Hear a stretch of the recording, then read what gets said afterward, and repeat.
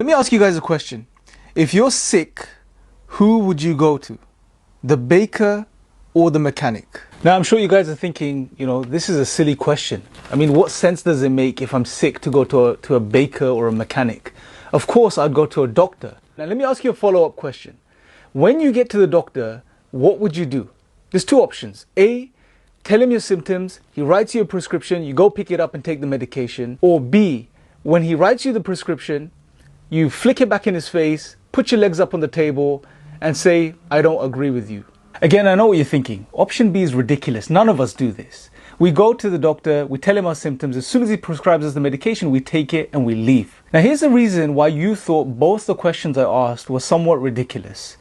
It's because as human beings, we're rational, right? We're intelligent beings. And therefore, we know that when we're sick, we'll go to the authority, the one who knows how to make us better, and that is the doctor.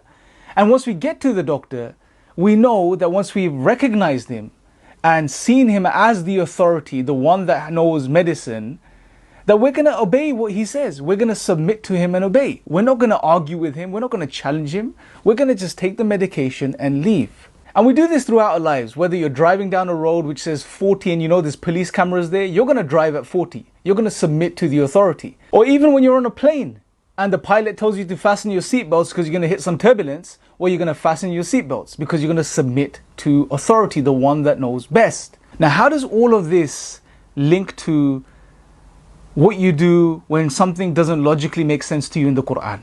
Well, here's the point. Allah subhanahu wa ta'ala is the ultimate authority. He's not another person. He is the creator of everything and everyone that exists. And therefore, He is also the all-knowing, the all-powerful, the all-wise, the one that wants best for us.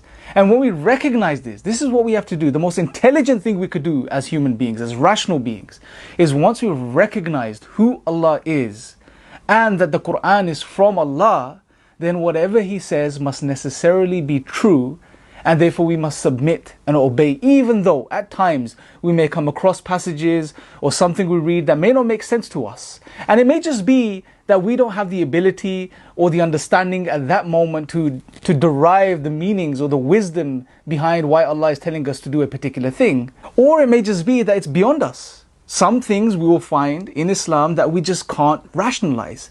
Because at the end of the day, we are limited human beings who have limited rational faculties, and our job is not to understand everything Allah has dictated or try to get into the mind of God in some way, but instead, it's to submit and obey. It's about humility, not arrogance. But submitting to something in the Quran which you don't understand is not irrational or illogical, because we have foundationally understood who Allah is and who the author of the Quran is. And once you've understood this, then the most rational and intelligent thing a human being could do is submit, regardless of whether you understand something or you don't. That being said, Allah has given us a revelation which makes sense on so many different levels. Intuitively, rationally, emotionally, it fulfills you as a human being. So it's seldom you'll come across a passage or something that really doesn't make sense to you. But even if it does, now you know how to deal with it.